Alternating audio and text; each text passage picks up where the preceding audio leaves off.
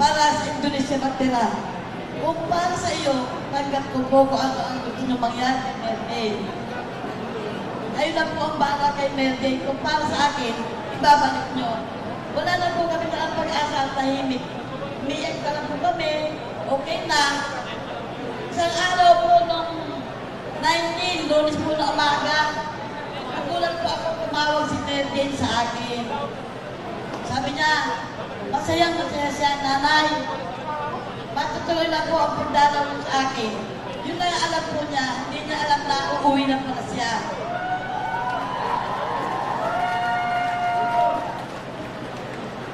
Kaya po, nung nakausap ko, sabi ko, anak, hindi ba pwedeng sa January na lang sa birthday mo? Pinatayin po ako ng cellphone, tinawag niya ang embassy. At sabi po niya, nanay, hindi na lang nakabot na kayo ng 15 to 19.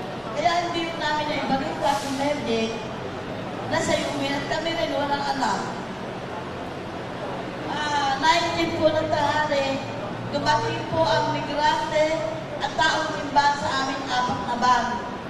Bumababa pa lang nila sa akin, nanay ko, bakit kaya? Yun na ang isip ko. Tapos uy, masaya-masaya si nanay, ginagawa na ako. Sabi ko, bakit?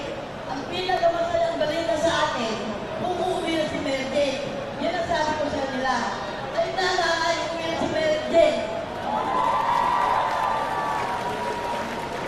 Alam ko ano, hindi po ako nakakito. Napataga po ako.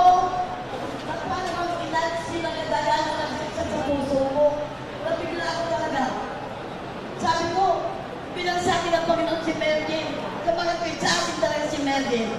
Kaya sa totoo lang po, nagpapasalamat po ako sa inyong lahat. Sa lahat po lang sa mabuta kay Merday. Lalo-lalo na po ang mga migrante, mataong simbahan, mga attorney namin, Ulalya, Edri Ulalya, at sa po yung mga mother, babae, at mga media. At sa lahat po lang sa mabuta kay Merday, taga iba't ibang bansa, sa Jakarta. Maraming salamat po sa inyong lahat.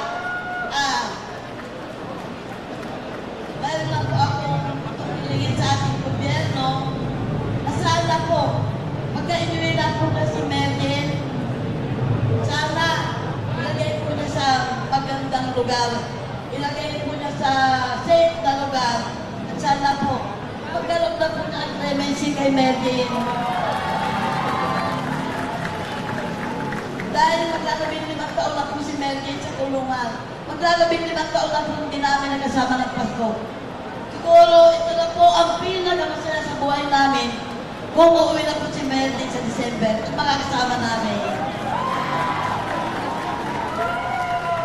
Maraming salamat po sa inyo lahat at hanggang sa una at huli, nandito pa rin po kayo na nakasuporta kay Merday.